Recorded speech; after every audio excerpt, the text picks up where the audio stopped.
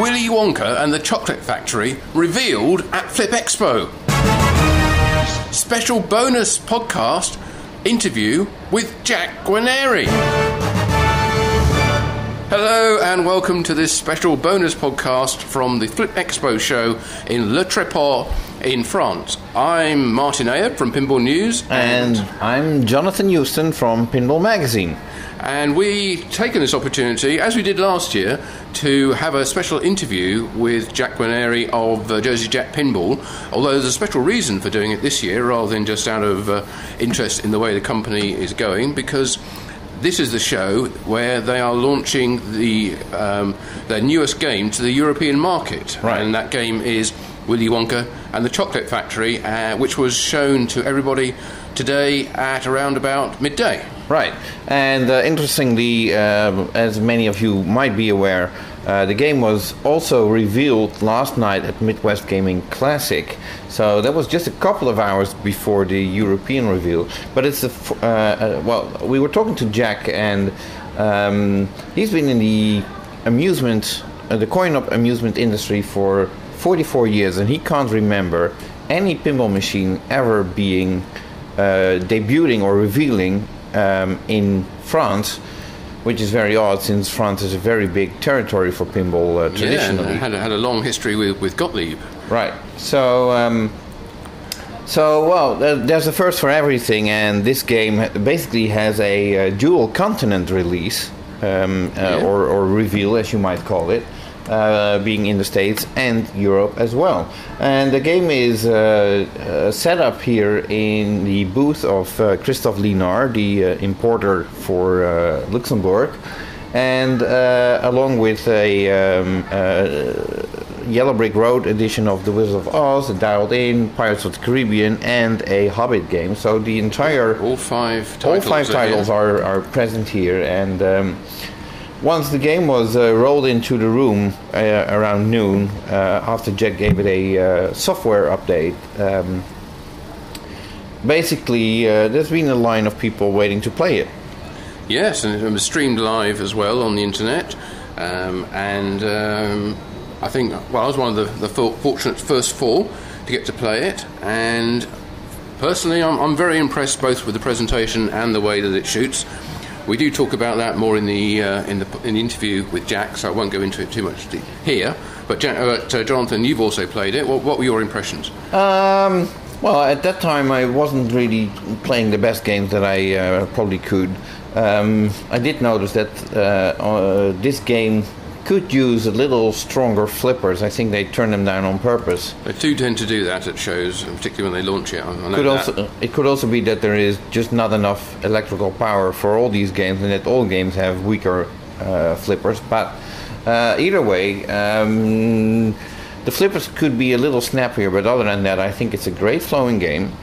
Very colorful, and in terms of theme integration, I think they really knocked it out of the park on this one. So congratulations to Pat Lawler and his team. Yes, absolutely. So we won't spend any more time introducing the interview, because Jack certainly has plenty to tell you about the game and the processes that went into making it, and the licensing as well. So let's not waste any more time. Let's go straight over to Jack, who's going to talk to us about the unveiling of his brand new game, Willy Wonka and the Chocolate Factory. So welcome, Mr. Jack Guarnieri. Thank you. Or should I say Willy Wonka? Thank you. Yes, so you're here at the Flip Expo show, along with us, for the European unveiling of Willy Wonka and the Chocolate Factory. Yeah, pretty cool. You know, I was reminded that apparently, I guess nobody has ever launched a brand new pinball machine in France before, which is kind of strange. Especially considering how big of a market France is. Exactly right. Exactly. A couple of people reminded me of that this morning, so it was pretty cool to be here and have Willy Wonka. Well, the timing was serendipitous, I should say, before we've had too much of this lovely champagne that we've been provided by the organisers of this show. So if this, at any point you start thinking like, this is getting becoming a really weird interview, we'll blame it on the champagne. Okay. You know. We'll see. Right, so let's go back to the very start then, and how did you get the Willy Wonka license, and when was that? I probably started working on that in 2011, really. When you just founded the company. Yeah, around the time I had Wizard of Oz, I actually asked my rep at Warner Brothers, kind of jokingly, everybody asked them, what's like the Wizard of Oz? And they don't have a license like Wizard of Oz. And the nearest thing that we could think of was Willy Wonka. And there was a problem. They didn't have the rights to most of the actors, because when they did the movie in 1971, they really didn't secure rights thinking about what they were licensing for the future. So it took them a few years. It wasn't until probably 2014 or 15, 16 when I got back to them, and it was going to be something that could possibly happen. Right, so what was it about Willy Wonka that appealed to you? Is it everything that Wizard of Oz also gave, as in terms of being you have little people, you have Oompa Loompas and Munchkins, exactly. You have that. But you really have, you still have a good and evil kind of thing going on. In Willy Wonka, for me, it was always being honest, honesty, and being a good person kind of won the reward at the end, where Charlie gets to live happily ever after. Well, that's what everybody is believing. Can you imagine, like this is how old is Charlie? 8 years old? Right. Inheriting a factory. That's like a nightmare. Right, but well, if it's a pinball factory, it might be, but a chocolate factory. Imagine having a chocolate factory, having to worry about all the delivery. There's nothing to worry about. All the Oompa Loompas take care of everything. Yeah, you think don't they need a manager? It didn't seem like Willy Wonka was much of a manager. He was having a good time, Willy Wonka. You know, and but what did because he probably learned how to source out stuff, but Charlie had no clue. Well, at the end of the movie, he asked Charlie, you know what happened to the man who wished he had everything? And he said, what? He said, he lived happily ever after.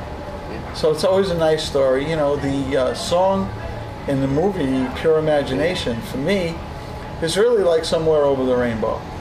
It's in many ways the same song, the same thought, the same dreams and hopes. And Charlie was just a good kid that at the very end was very pure, and he didn't want to sell out to Slugworth, even though Grandpa Joe kind of was a little mad at Willy Wonka in that one of those last scenes there when he got yelled at. You get nothing, good day, all of that kind of stuff. He lifting drinks and all of that. And Charlie said, you know, and I don't really need this guy as everlasting gobstopper. I'll just give it back to him. I'm not going to do anything. And that's what Willy Wonka was looking for, a pure heart and somebody who was honest. Right. Somebody that wouldn't think like an adult with a lot of different thoughts of doing not so good things. So, well, let me pose a question then, because you got the license, or you got access to the license, and you got Pat Lawler, who designed the game. How were those two brought together? Did you ask Pat to design a Willy Wonka game, or did Pat say, I want to design a game, and what have you got available? And he immediately picked Willy Wonka, or what was the process of teaming those two together? Everybody knows Pat said that he likes to do primary colors, and he likes to do cute things, and he likes to build toys. So what better theme for Pat to work on than Willy Wonka? Right. So, but did he pick it, or did you ask him to design it? We asked him, and then he picked it. Right. So really, that's how it goes. I mean, it's been said before, you really need to have people that have a passion for the license. If you shove something down somebody's throat, like anything in life, you're not going to get a good result. They have to want to do it and have a passion for it and get behind it, and you have to have the whole team be that way and dedicate part of their life, more than a year to just designing and engineering a game. Right. So now I might be privy to some information that not everybody is privy to, but as far as I understood it, Pat initially was working on a different game, which got delayed because of a licensor basically delaying the whole process. And then he had to start working on this game, which I believe he did in less than a year. It was a pretty quick development cycle. I don't know exactly if it was less than a year or a little bit more than a year, but it was a pretty aggressive schedule that the team kept to. Right. We knew we wanted to show that game in the springtime of this year. Right. And obviously Pat is not working alone, but if I may say so, I think I was able to have a look under the playfield. Since award shows is apparently now a thing in pinball as well, I think there really should be an award for mechanical engineering. Yeah. Because I looked under the playfield, and that rotating mechanism that opens up where the ball falls into. Right. That was sort of impressive. I was impressed by that. Let's put it like that. I'm glad you like that. You know, normally beauty's skin deep, but our beauty, what we do, goes beyond the playfield. It goes under the playfield, into the back box. Pretty much in everything we do, we try to really engineer things to last and to work and to be serviceable. So I'm glad that you picked up on that, and you appreciate that. Right. So, and what many people not may realize, if you look at the pictures of the playfield, it's actually a 3-ramp game. All right. Because there's a third ramp, a center ramp, which is sort of hidden by the white camera. Right. For the Wonka vision. Right. But that made it even more impressive to me. Yeah. How much shots are crammed into this game. Oh yeah, and you know, for me playing it, the upper right with the upper right flipper is kind of like another whole upper playfield, even though it's on the same level. Because if I don't make the shot that I want, that ball might come back, and I get another chance to make that, and it's kind of reminiscent of a contained upper playfield for me, anyway, the way I play. And I think it was pretty cool. Other people have noticed that too. So there's a lot of game there. I mean, we pack a lot of stuff in the game. We're really proud right now that the LE game has all the things it has. The CE game has all the things it has, and the SE game is $7,500. Right. So we reduced that price by $1,000. We really want to get more games on location and try to make that happen. Right. So this is the first time that all 3 models basically have different, not only different art packages, but also different playfields. Where on the standard, less features are featured on the playfield, so to speak. Right. Well, we're trying that model, and we want to be able to offer some more choices to the customers, what they're asking for, and that's a response to that. And certainly having the game be $1,000 less in price, it should open it up to a lot of other people that price is a barrier, and then when they see how much it earns on location, they buy a lot more of our games. Right. So you normally are based in Lakewood, New Jersey. If you're not traveling the rest of the world for pinball shows and that stuff. The design team is mostly based in Bensenville, right, in Illinois. Obviously, we have Jean-Paul de Win here in the Netherlands, right. Or what's not here in the Netherlands, but in the Netherlands. Well, you always feel like you're in the Netherlands, even though you're in France right now. Right, yeah, well... You're closer to the Netherlands than you would be. Yeah, true. So that makes me wonder, obviously the design team is going to develop the game, but how involved were you, or kept up to date on the progress of how the game was being developed? I was involved, and I was involved in a number of decisions.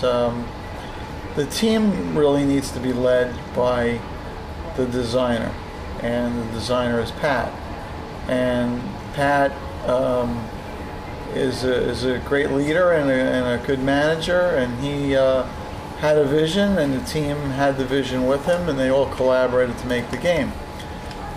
With this license, I was very involved with the submission and the approval process. Warner Brothers, it's not a secret, Warner Brothers was merged with AT&T recently. Some people in the company changed, some people left, some people came in. People's jobs were realigned, and so like any company that happens, it's great that I have different relationships all over the company, so that when we needed something that needed a little extra push, I could get in touch with somebody and make it happen. So the submissions, I get to see them and get to comment on them and push them along, and be in that process. And it was a lot of fun. I mean, things have to happen when you need them to happen. You can't just. I mean, a company like Warner Brothers probably has more than 1,000 submissions from other licensees going on with all kinds of other titles, and we always look at it. We want what we want. We need what we need.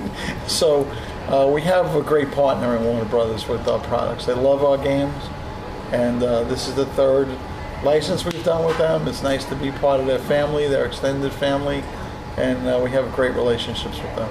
And when you're dealing with a license like a movie that's that old, very much in the way with The Wizard of Oz, you're not in a position where you can get new assets from that movie. You can't get new video clips. Right. You can't get you can't get any of the actors directly to do voice calls.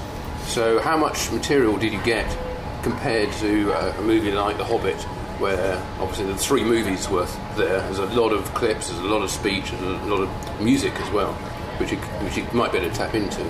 But when dealing with Wonka, what you've got is what you've got. Well, we got more than we could probably use, really. Yeah. I mean, we have speech from the movie, sound from the movie, scenes from the movie, and that's what I always dream about.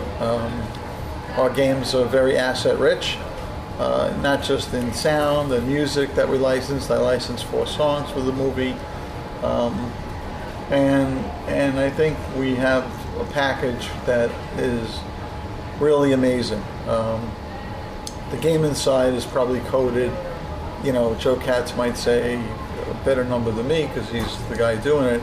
I would say it's about 60%. It's going to ship 1.0. It's going to ship complete when we ship it, and things all come together. As you see things develop, and it's pretty far along right now. You can really tell how it's going to come out, and we're really proud of it. We're really happy with it. And do you have voice actors in there as well doing pinball-related call-outs? Like, yeah, we have like a narrator that does pinball speech, as it were, and then there's a lot of speech from the movie that lends itself, which is very I don't want to say sarcastic, but it's Willy Wonka-esque. It's those things he said, the good day, sir, and about come back again, and all those kind of things that lend themselves to pinball. If you lose your ball or you tilt the game, things like that, which are very cool. I always I'm more of a player and somebody when I try to teach people how to play pinball. I'm extremely vague. I always say to people, well, just shoot the flashing lights. I don't want to show them everything and teach them everything. I don't want to go play the game with my fingers to go show them all the features and all the rules. I love people discovering it and watch their face and see the animation, see the use of the camera in the game, and hear the different speech calls. And that's why I had Frank Bona play the game first here, and you, Martin, because I wanted really good pinball players to play the game on the feed earlier so that they could get into the game and not even knowing the game. I look back at Frank, and 2 or 3 minutes later he was still playing the game, because intuitively as a pinball player we want the game to be easy to understand. We don't want to have a gigantic rule book how to play the game. We want it to be approachable for the casual player, and yet something that you really can't master. So easy to understand and hard to master. There are quite a lot of innovative features in that game, things that we've never seen in pinball before, from in particular the sheer number of magnets used throughout. 7 magnets, I believe, in that game. Yeah. Used in a different way with LEDs on top. And do you want to talk us through some of the things which are new in this game? Well, I think just the simple thing of having 4 flippers on the game, where they are, and where Pat and the team have them, and all the shots, all the different how you can stack a lot of different things. It's been done before, but the Wonka Vader having the balls that are on the Wonka Vader, so that they can be used in multi-ball. The camera and how you're inserted in Wonka Vision with the effect of that. I think in a lot of ways the game, you said it. I think you said it best. It looked like a candy store when you first looked at it, right? With all the colors and all the lights, and it looked like a little bit of a candy store, a little bit of a amusement park kind of thing. It's what you would quote unquote expect Willy Wonka to look like. It's a beautiful game, and I think not only for home customers, which we treasure, but on location, that game should print money. I mean, the operator in me says, "Give me your money and take my money." This is a great game, theme-wise and play-wise. And as a player, one of the players who played it for the first time, it certainly seemed that you could very easily get into the everlasting gobstopper multi-ball feature. That's something which I don't think we've seen before, is that rotating disc on there as well. Right. I think it's amazing how many shots are actually packed into that game. I mean, you said it's like there's an upper playfield, but I think it's unique in the way that Pat designed his games is the fact that although he's packed in a lot of shots, other games are packed in a lot of shots, but they all seem to flow very nicely on this one. None of them seem like they're forced in there and unnatural shots to be making. I think all of us that play pinball, we don't want to just hit rubber posts. We want the ball to go somewhere. I want it to hit something.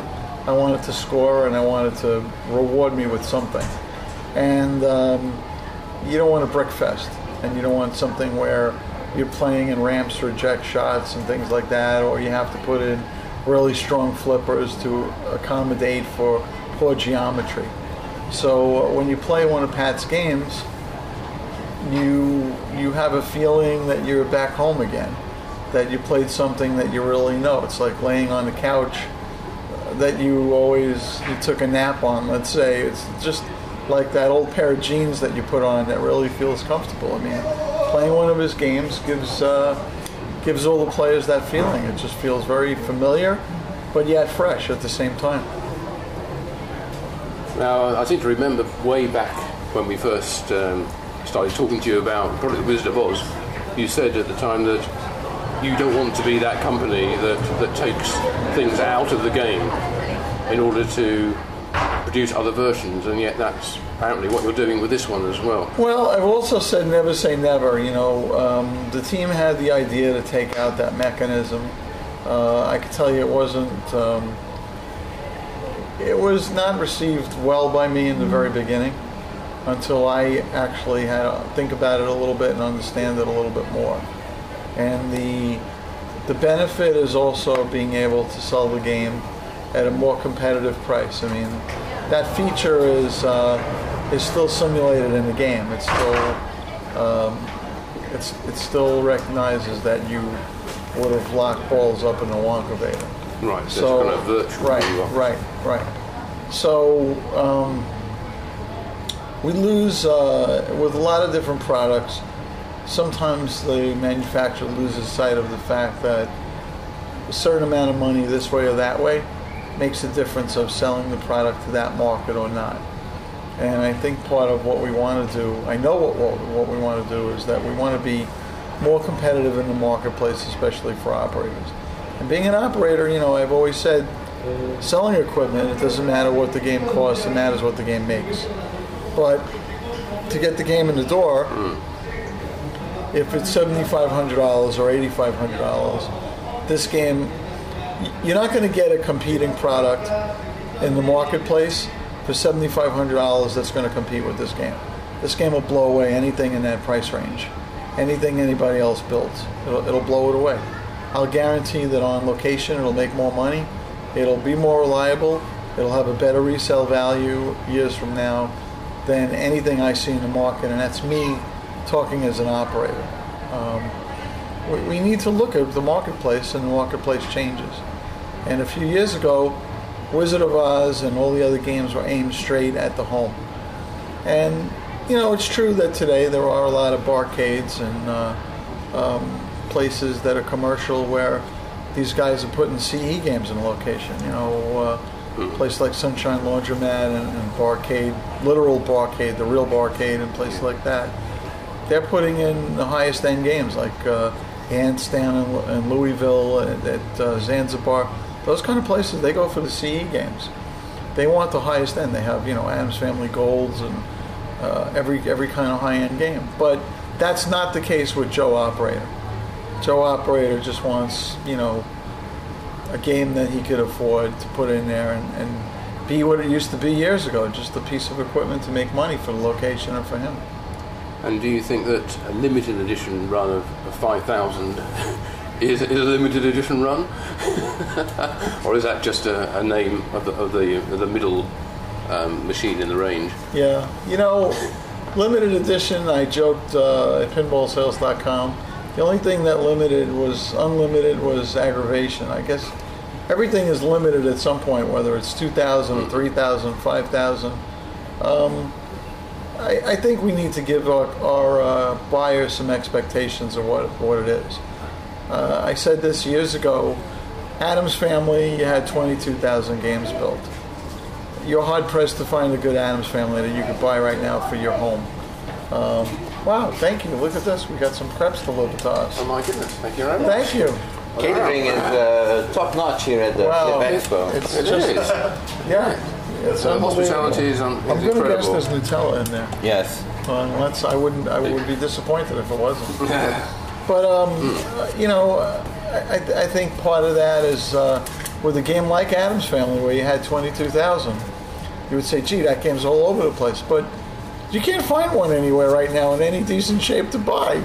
So they all found their places. Some got destroyed, maybe not many. Some found the final resting place. So even if we were lucky and fortunate enough to build 5,000 LE Willy Wonka games, it's not that much for the whole world. Really, it's not. No, it's not. Right. Obviously, that depends on how the game is received and marketed to both operators and collectors as well. Obviously, the collectors are probably very aware that this game was coming, or at least they had a... Probably the worst kept secret that there could be. No, there's another company that has a trademark on keeping worst kept secrets. Okay. But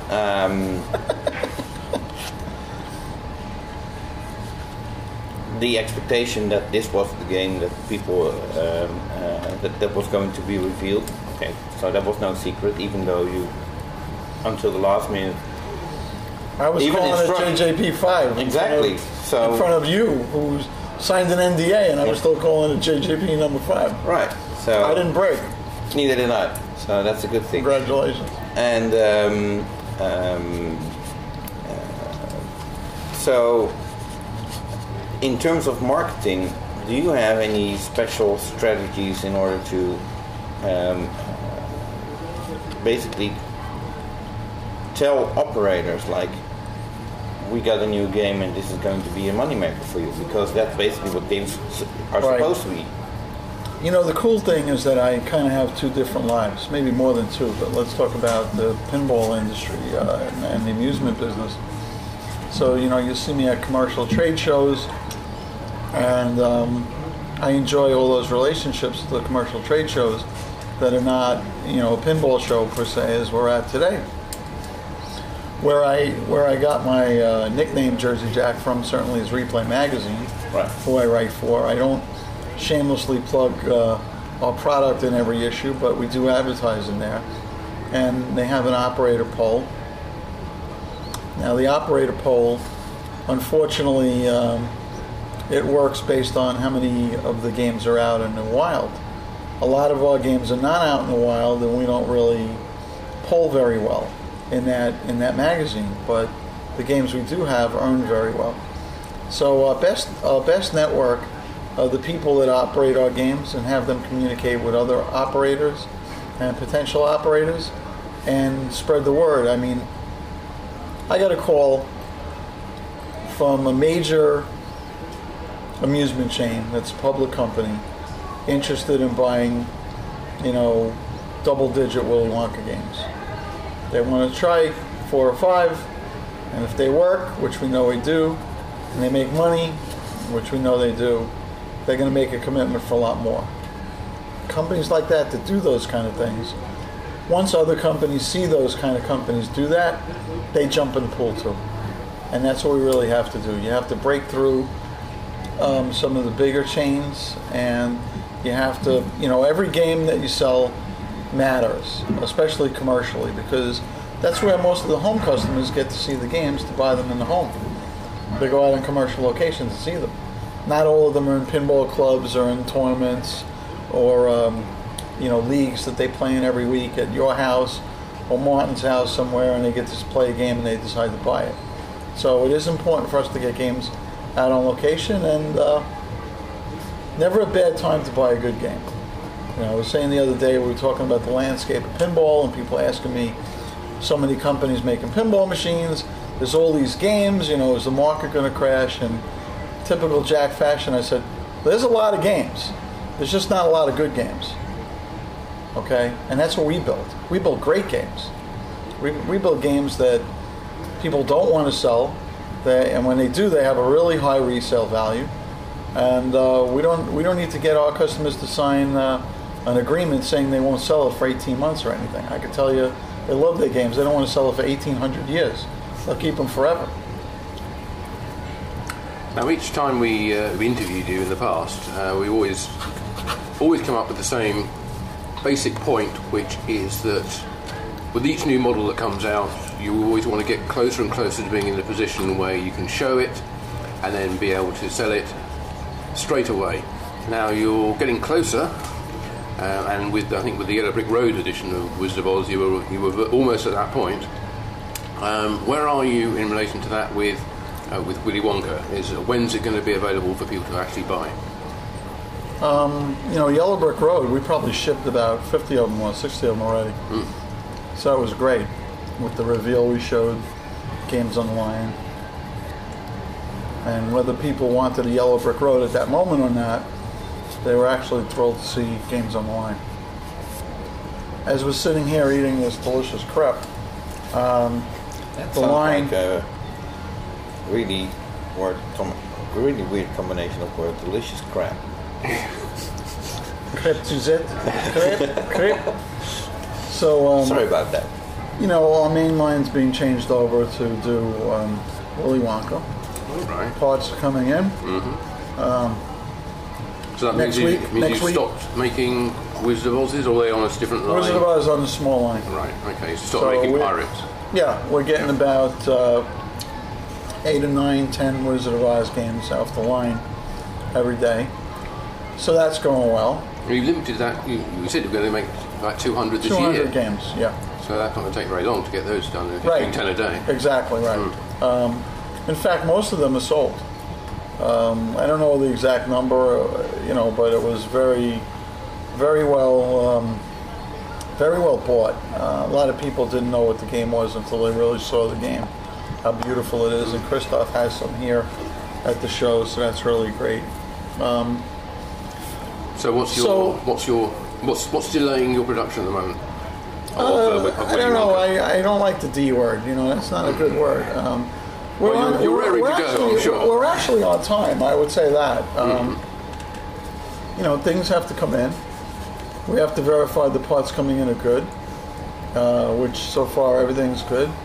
And then we have to put things on the line, train staff, build sub-assemblies, and populate the line and pop games off the line, bring them into final test, and rinse and repeat. Just keep doing that. So okay. Go on. I would say early summer to me. If it's a little sooner, great. We're a hero. I don't see it being any later. we're looking good right now. You know, grab me at the next show and ask me the same question. I'll let you know, because we're being honest about it. I mean, it's certainly not something where we have a game today and, you know, we're going to be looking at each other at Pinball Expo and somebody's going to be saying, you know, you didn't ship any Willy Wonka games yet. Those days are behind us. And now you're in a position to start, almost in a position to start production. And yeah, you're right, delay is not right because you haven't actually specified when you're going to produce them, so you're not missing any deadlines. It's a self-imposed one. Right. But how long is the license? How long can you keep making these games without having to renew the license, I should say, really? Because I know you at Texas, you said you renewed Wizard of Oz, you renewed Pirates as well, even though you won't actually have no plans to reproduce or produce any more Pirates. Well, again, with these licenses, they go for several years. From the moment where you sign on the line or the moment you start producing them? No, it's typically the moment you sign on the line. Right. But I try to build in enough time where it includes development time and then selling time and then sell-off time in the event you don't want to renew it. So far, everything we've built as a company, you know, now we're up to game number 5, unbelievably, but we have the license right now to build all 5 of those games for the foreseeable future.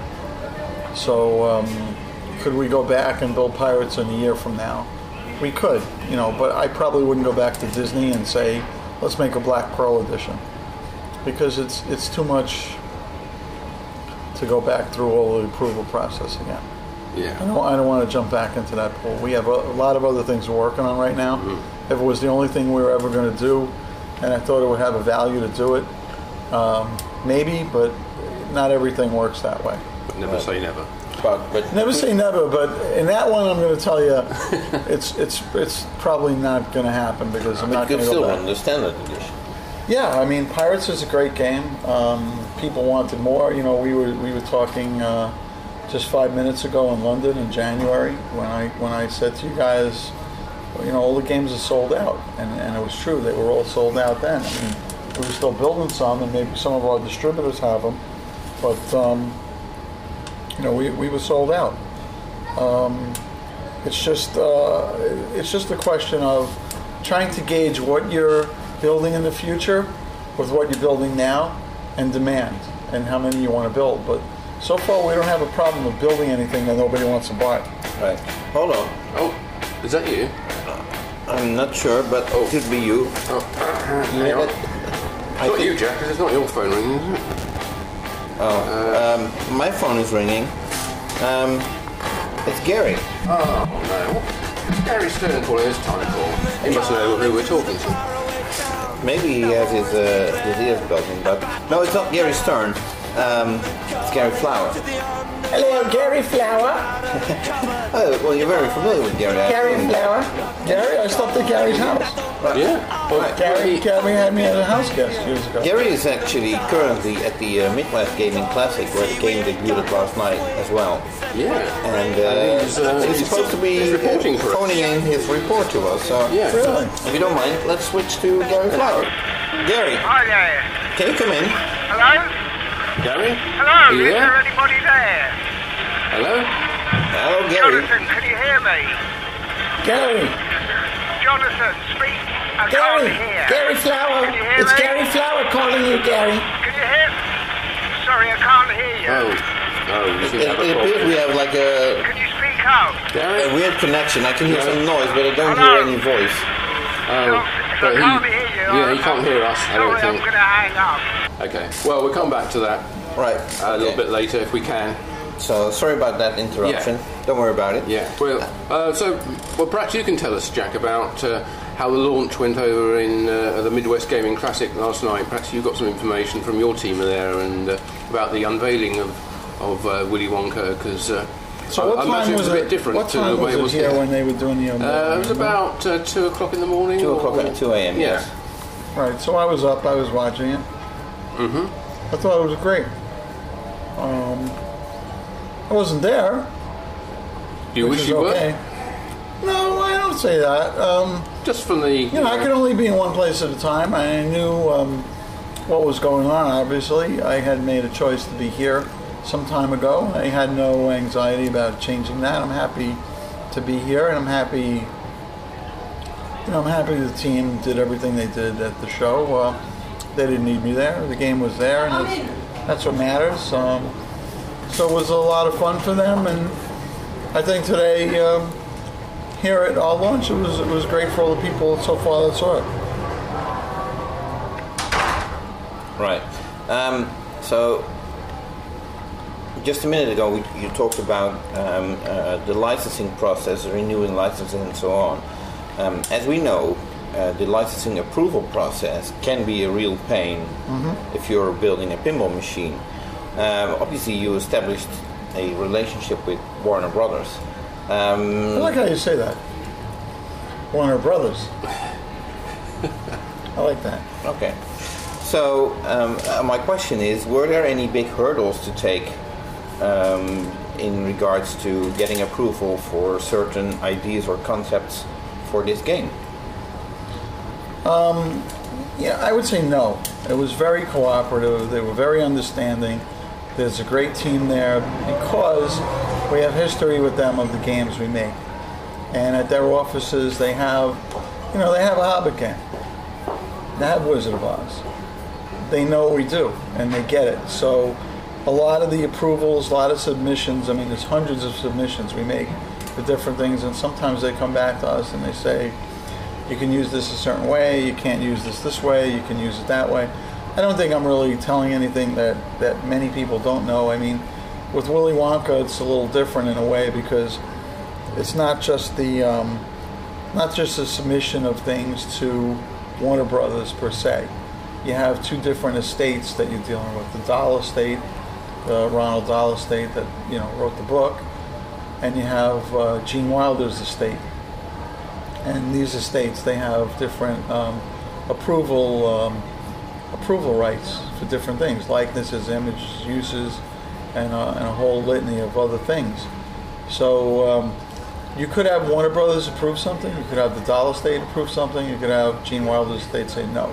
I'm not saying it happened that way, but so when you have multiple choice and variations of different things, and you have to submit and resubmit and change things and do that, it's more work, it takes more time, sometimes, and not necessarily with Willy Wonka, but sometimes you can use something from a style guide that may be disapproved because the people that created the style guide, there's no continuity with those people anymore in legal or approval, or something changed in the atmosphere or in the psyche of how the theme is looked at now, and somebody could say something to you. We didn't have much of that with Willy Wonka. It was great, and it was a dream theme for me. It was a movie I saw as a kid in the movie theater in 1971.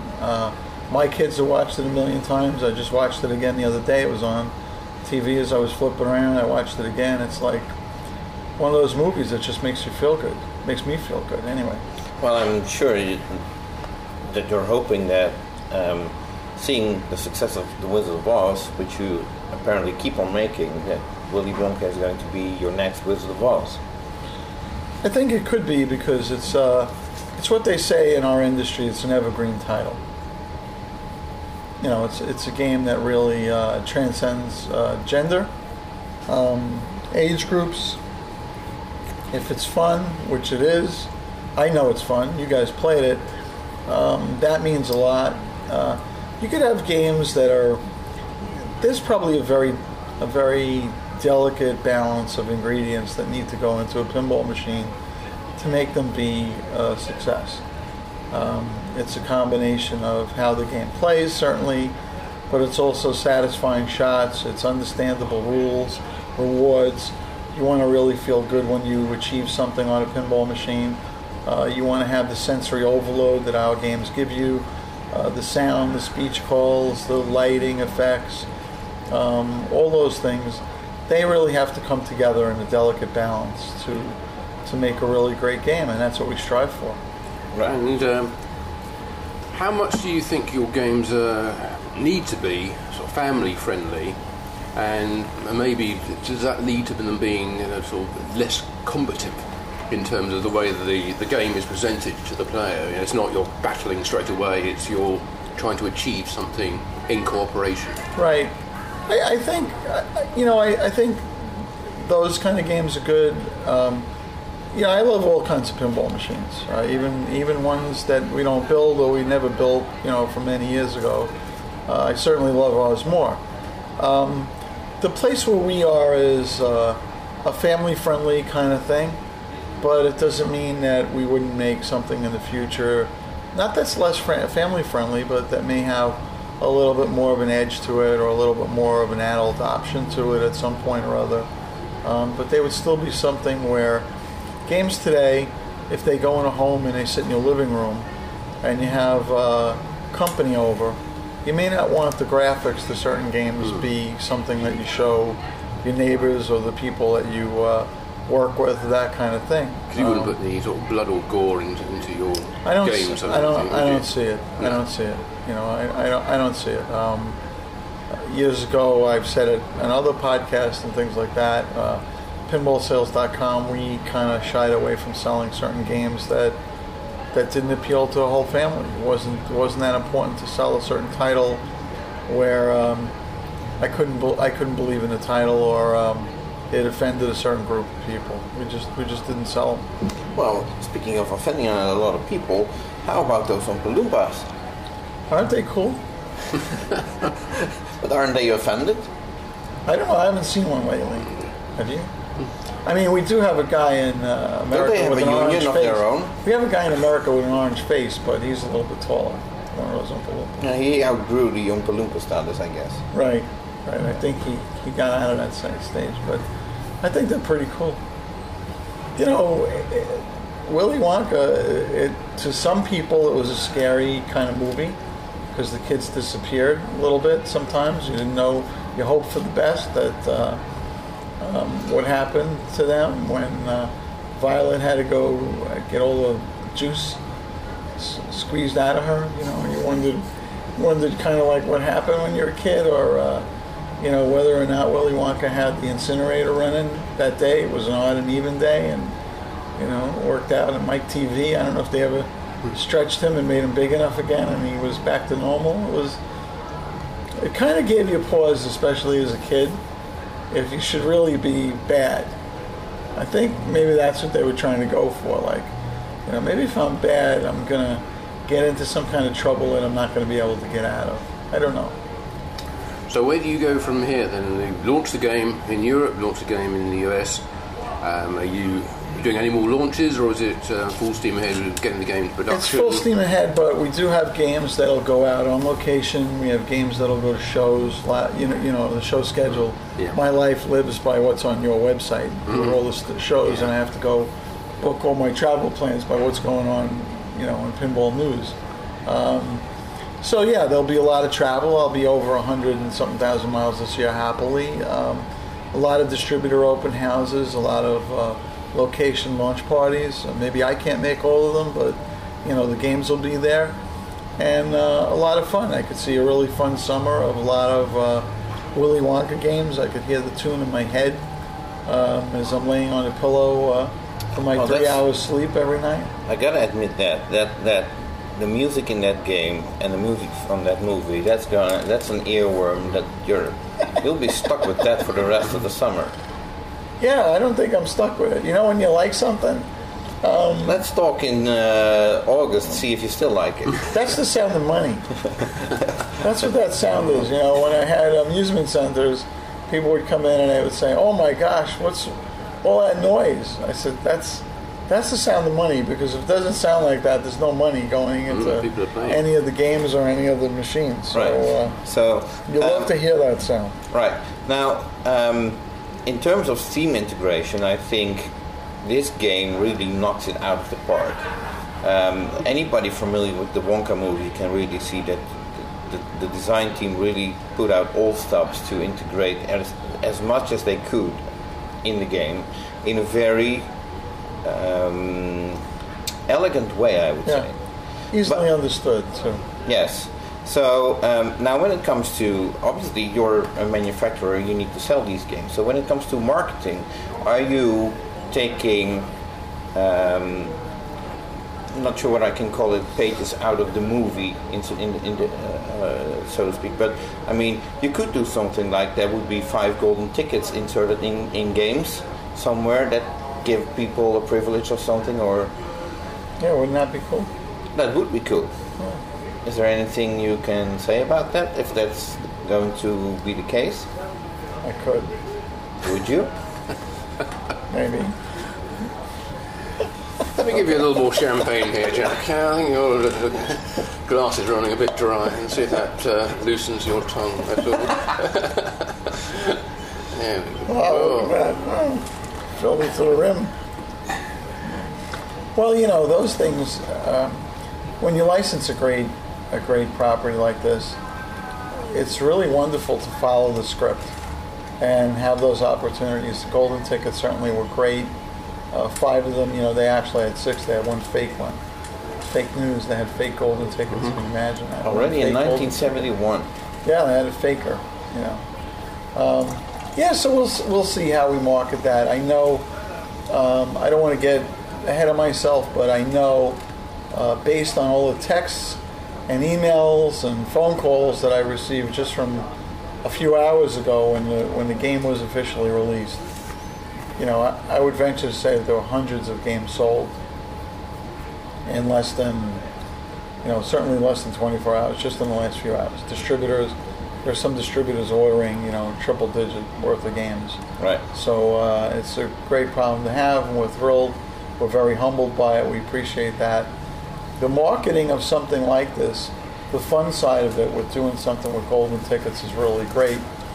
You know, sometimes I get called by magazines, like Pinball Magazine wants me to advertise, and I say, you know, I don't know, do I really need to advertise? Our games kind of sell themselves, you know. It's a wonderful problem to have, but we love it. Doesn't mean I wouldn't advertise in your magazine. Well, speaking of which... no. You asked me a question. Yeah. Now, you had a popular issue, right? What was it? Issue number 2 was popular? Yes. And you asked me a question. Should I rerun that? Should you charge advertisers again if you reprint the magazine? Right. So what did you decide? I decided not to charge current advertisers unless they want to update their ad. That's a great. That was great. Yeah. Because. Wonder who came up with that idea.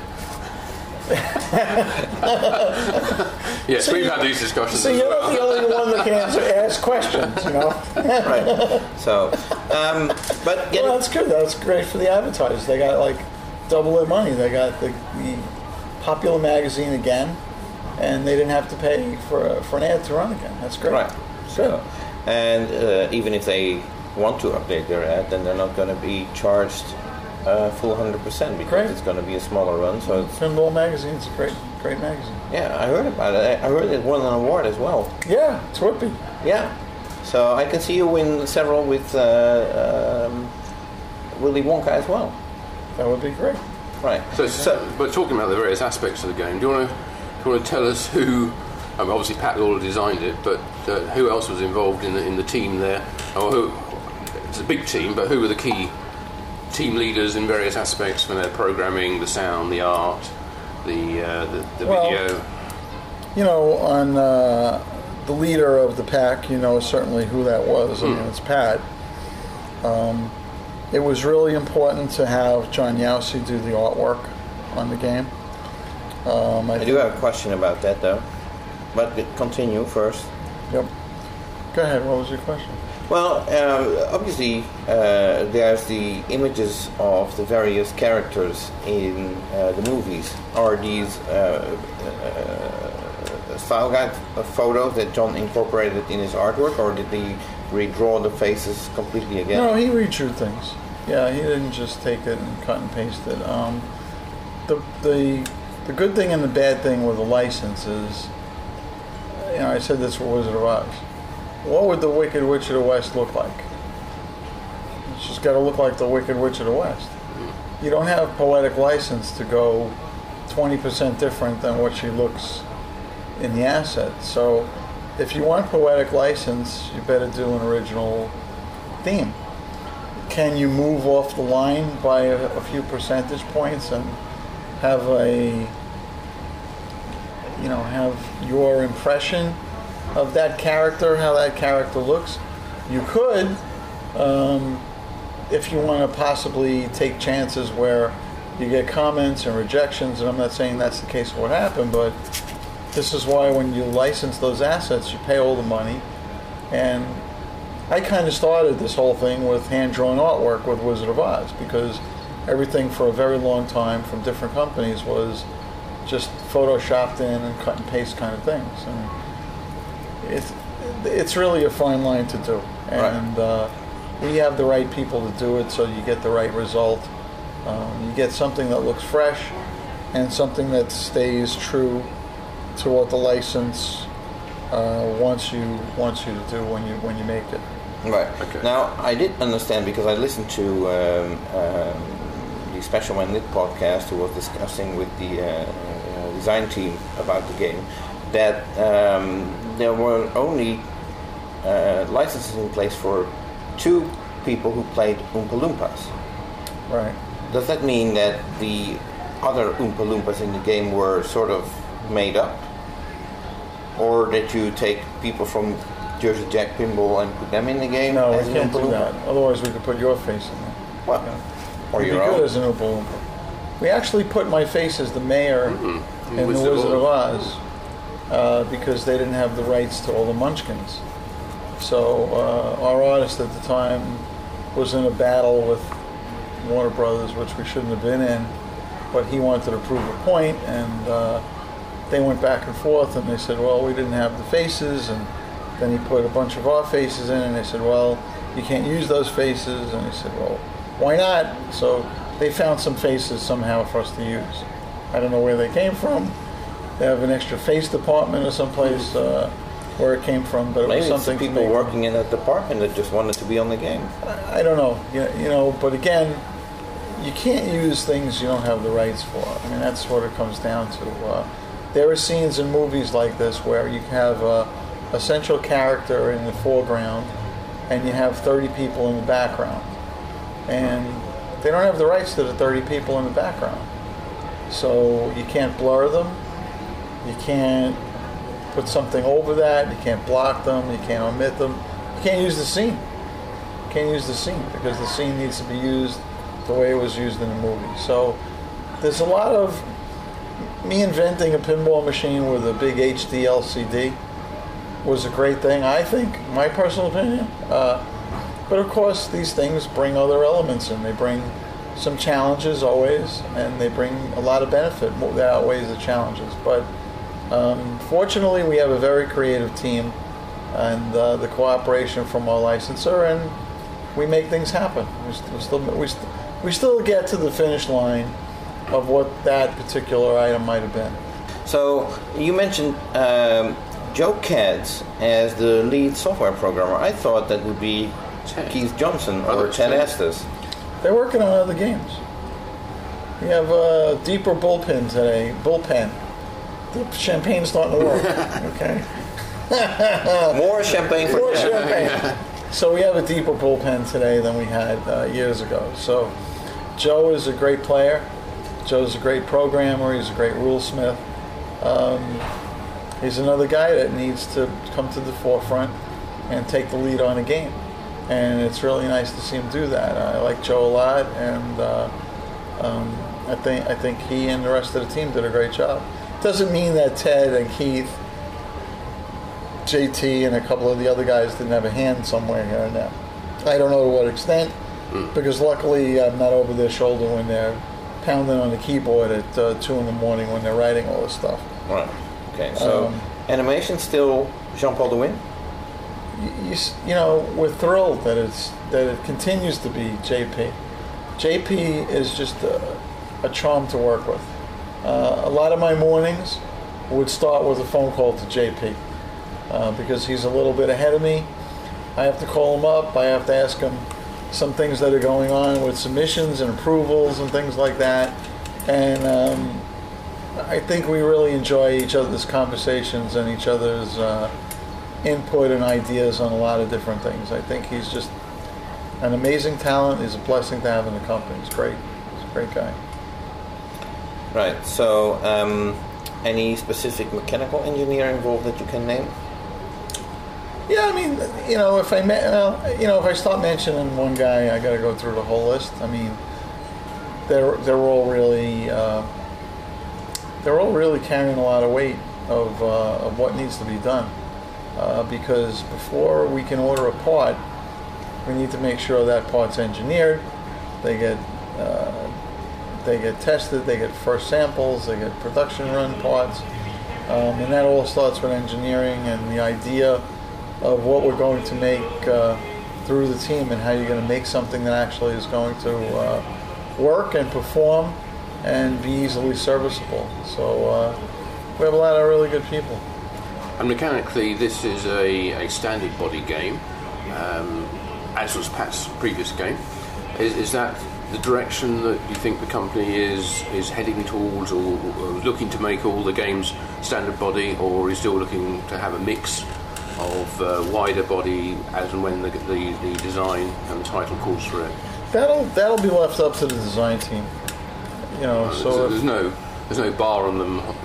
No, there's no mandate coming from anywhere that say from on high that everything is wide body, everything is standard. I don't think you'll see us building an Atari size wide body or a Paragon size wide body or something wacky. We probably won't build a Hercules size game either, but I don't think you'll see a Safecracker either.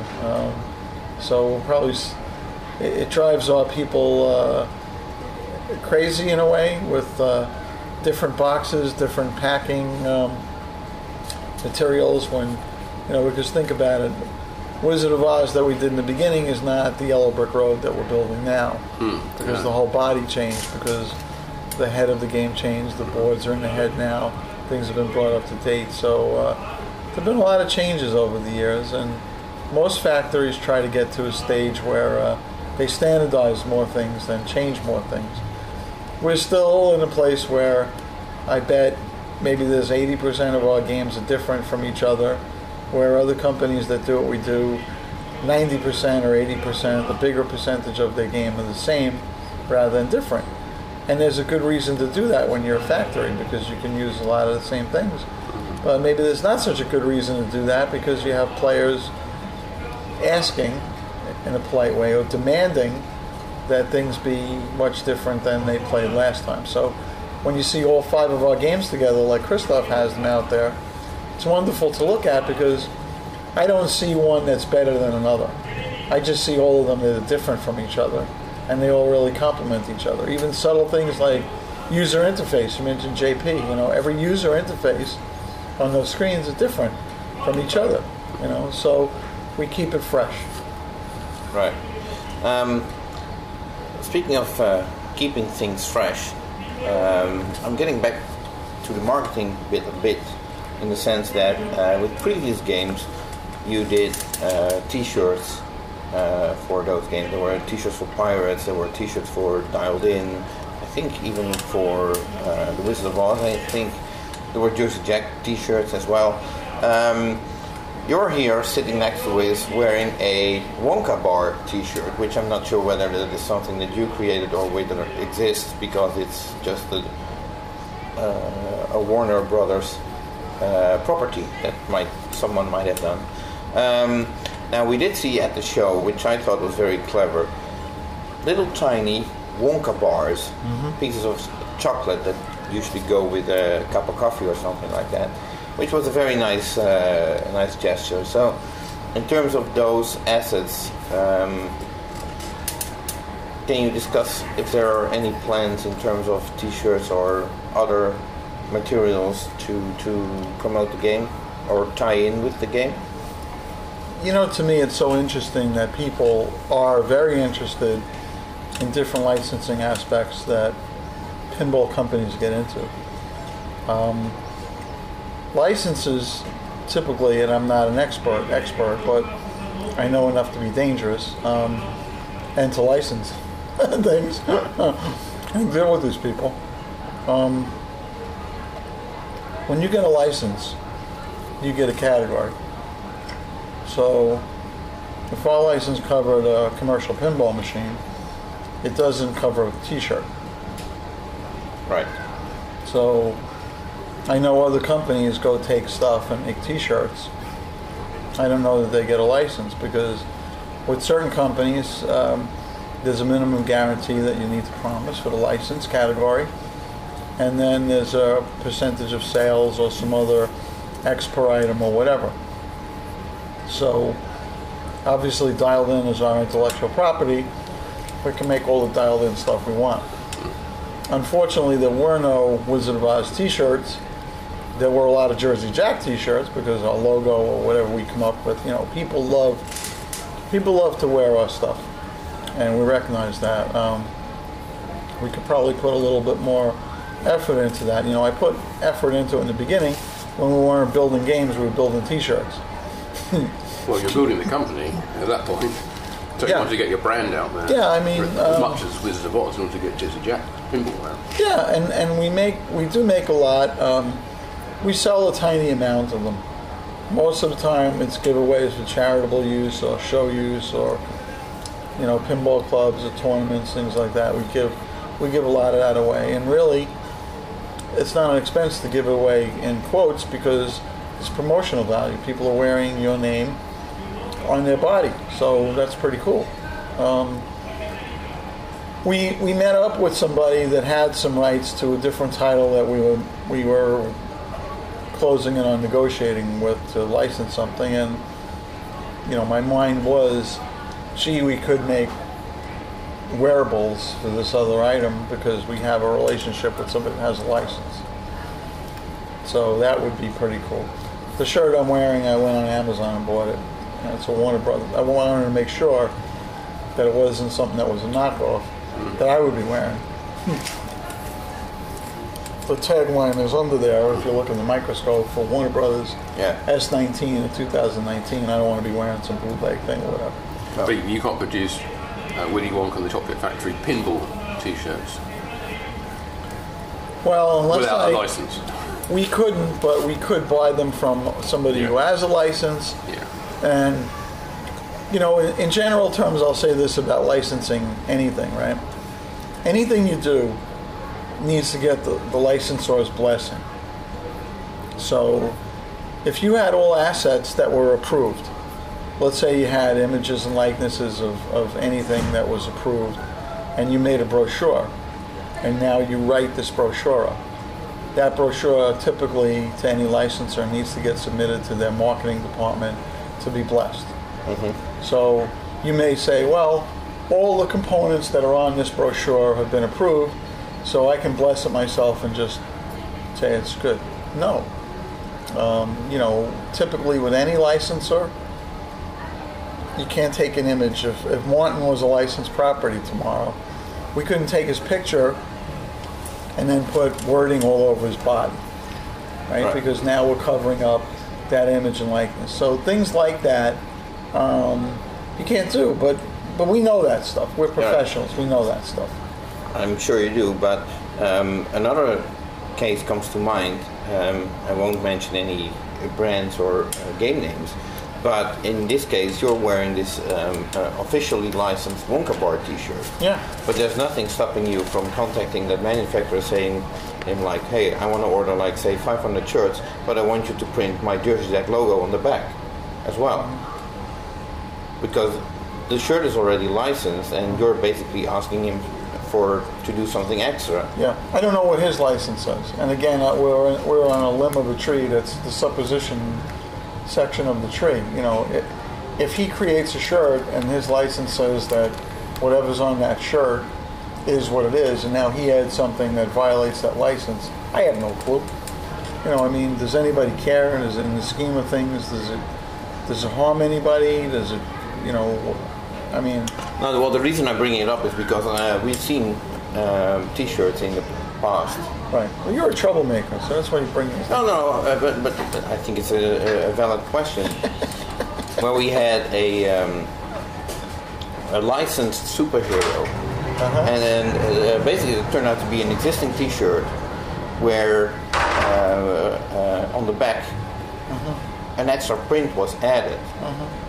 Well, to avoid licensing. Look, at least that's the way I look at it. So again, in very general terms, when you sign a license agreement, some of the things in there that you promise to do is not take that property and, without using a lot of legal language, not take that property and kind of convert it or subvert it or misuse it. Or you also sign part of that agreement that says you're going to protect that. You're going to protect that license. Right. You know, I remember when I signed the Hobbit license. If I gave away secrets about the third movie, I could be sued for what they think the loss of their movie box office sales would be. Imagine that. So that's enough to compel you to keep your mouth shut. Plus lawyers' fees as well. Yeah, well, that would have been the least of my problem at that point. I would have been buried at hello, dear Mr. Jack, like so. So look, I would love it if we could control a lot of things which we can't control. But if we don't do it and we do what we're supposed to do, I can't control what other people do. In a technical sense, we provide the assets that are approved for our licenses to our distributors, and they promise to us that they're going to use those assets in the best way possible, and they're not going to use them in a way that makes the property look bad or compromises the use of the property too. I mean, it gets into. We've had years ago. I had people have our games that weren't authorized to sell them, and they were told they weren't authorized to sell them. Maybe they bought one game many years ago with Wizard of Oz to mess up the marketplace. And somebody bought a Wizard of Oz game from somebody and put it on eBay back in 2013. I got in touch with eBay and I said, listen, this is my intellectual property. It's licensed by us, and this person's selling it, and then they're trying to say they're an authorized distributor, and they're not. I want you to pull the auction down. I pulled the auction down. There have been times when I went to copy shops like Kinko's or Staples to make up brochures for a license that I have. And the person in the store said to me with Hobbit, we can't make this for you because this violates copyright law, because we can't copy this stuff because you don't have a license for it. Well, hang on a minute. I'll be right back. I went to the car, I got the license and gave it to them. They're protecting, they're doing the rules of their business. Today's a different world with copyright infringement and enforcement and intellectual property rights. And, we know this is a battle, part of the whole tariff thing going on in the world in different countries. It's a whole gigantic other conversation. I'm certainly not an expert about it. But within reason, our job is to protect the property that we licensed. Before we close this or round this off, you did bring your wife, Joanne. I did. Yes. So I was wondering, not only is she keeping up with you, for which you should be very grateful, I think, but she also giving birth to both your children, who are both working at Jersey Jack, and your Italian heritage. Basically, I tend to think like Joanne is sort of running the company, like it used to be in good Italian tradition. Back in the day, I guess that would be true, but Joanne's not involved in the business really, other than in support of all of us and trials and tribulations and successes going on. And she told me that you asked her, she wanted to interview her, so she ran away to the hotel. I feel it made sense. Yeah, she probably wouldn't. She might sing you a couple of songs, but she probably wouldn't be interviewed. That would be a first anyway. Yeah. No other pinball podcast has ever had Jack Guarnieri's wife singing on a podcast. That would be great. She's great, and she doesn't come to many shows. She likes pinball, but she's not going to be piled in the show as we are, all day long and all night long, sometimes and everything. So I was happy she came. I kind of had to twist her arm a little to get her to come, but it worked out okay. And you had a nice time in Paris before you... We had a great time. Yeah, we had a great time. We saw a bunch of customers and got to see some sights, and weather wasn't as warm as it was last year when I was here. I think last year we were here a week or two later. It must have made a difference because last time I was walking in Paris last year, it was like 84 degrees, and this time... and we were sitting outside doing this interview. Yeah, it was beautiful. I mean, it's still nice being with you guys, for sure, but I guess 10 days or 2 weeks make a difference in the springtime, especially in France. Right. Okay. Well, thank you very much indeed for taking time out from this busy show and your busy schedule to come and talk to us. There any more champagne? Absolutely. There's a little bit here. I shall top up your glass. It's like, those radio shows where they used to drink and the guy would pour whatever in there and they'd make believe they were drinking. Yeah. Dean Martin. Yeah, that's right, yeah. That's it. Oh, it's all gone. Okay. Thank you very much anyway, Jack, and thank you guys. Thank you for taking part in our special bonus podcast. Yes. Excellent. So, thank you to Jack Guarnieri. Sorry for being a little bit long-winded at the end about licensing all that stuff. That's really boring for some of you, but... that is where pinball is going a lot these days in licensing. So it's probably one of the most torturous processes in the whole development of pinball is getting everything agreed with the licensor and making sure you don't infringe on anything. Right. So anyway, we're still at the Flip Expo show in France, which might actually be the very last edition of this show, as there are a rumor goes around that there will not be a follow-up show next year. We hope the rumors will turn out to be not true, but so while we're still here, we're enjoying the show. There will be a show report on the Flip Expo show on both pinballnews.com as well as on pinball-magazine.com. And, we hope you enjoyed this bonus interview podcast with Jack Guarnieri. And don't forget to check out both our sites for details of the launch of Willy Wonka and the Chocolate Factory, and all the game features, the prices, and the differences between the models, and everything you want to know about Willy Wonka. Right. So that's it for now. In 2 weeks we'll be back with our regular monthly summary of pinball news, which is also going to be very interesting. So please stay tuned and check out our upcoming podcast as well. Yes, we'll talk to you again then. Okay, thanks very much. Bye-bye. Bye-bye.